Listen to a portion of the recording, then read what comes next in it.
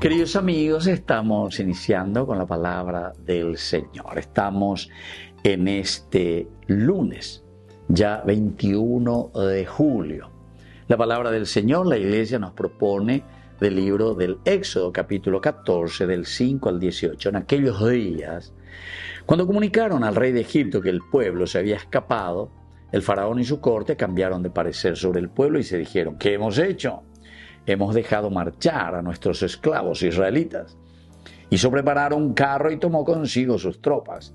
Tomó 600 carros escogidos y los demás carros de Egipto con sus correspondientes oficiales. El Señor hizo que el faraón se empeñase en perseguir a los israelitas, mientras estos saltan triunfantes. Los egipcios los persiguieron con caballos, carros y jinetes y les dieron alcance mientras acampaban en Fejirot, frente a Baal Zafón. Se acercaba el faraón. Los israelitas alzaron la vista y vieron a los egipcios que avanzaban detrás de ellos y, muertos de miedo, gritaron al Señor y dijeron a Moisés: ¿no había sepulcros en Egipto? Nos has traído a morir en el desierto. ¿Qué es lo que nos has hecho sacándonos de Egipto? No te lo decíamos en Egipto: déjanos en paz y serviremos a los egipcios. Más nos vale servir a los egipcios que morir en el desierto. Moisés respondió al pueblo: no tengan miedo, estén firmes y verán la victoria que el Señor les va a conceder hoy. Esos egipcios que están viendo hoy no los volverán a ver jamás. El Señor peleará por ustedes y ustedes esperen en silencio. El Señor dijo a Moisés: ¿por qué sigues clamando a mí? Di a los israelitas que se pongan en marcha.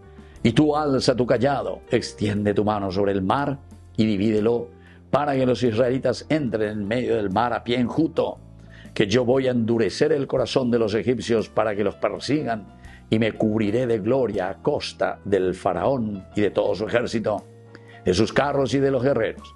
Sabrán los egipcios que yo soy el Señor cuando me haya cubierto de gloria a costa del faraón, de sus carros y de sus guerreros. Queridos amigos, y por ahí tenéis dos partecitas, ¿verdad? Primero, el hecho de ser liberados de Egipto, 400 años de esclavitud. Pero con ave lleva, oye, peña came al faraón. ¿Qué hemos hecho? ¿Qué hemos hecho?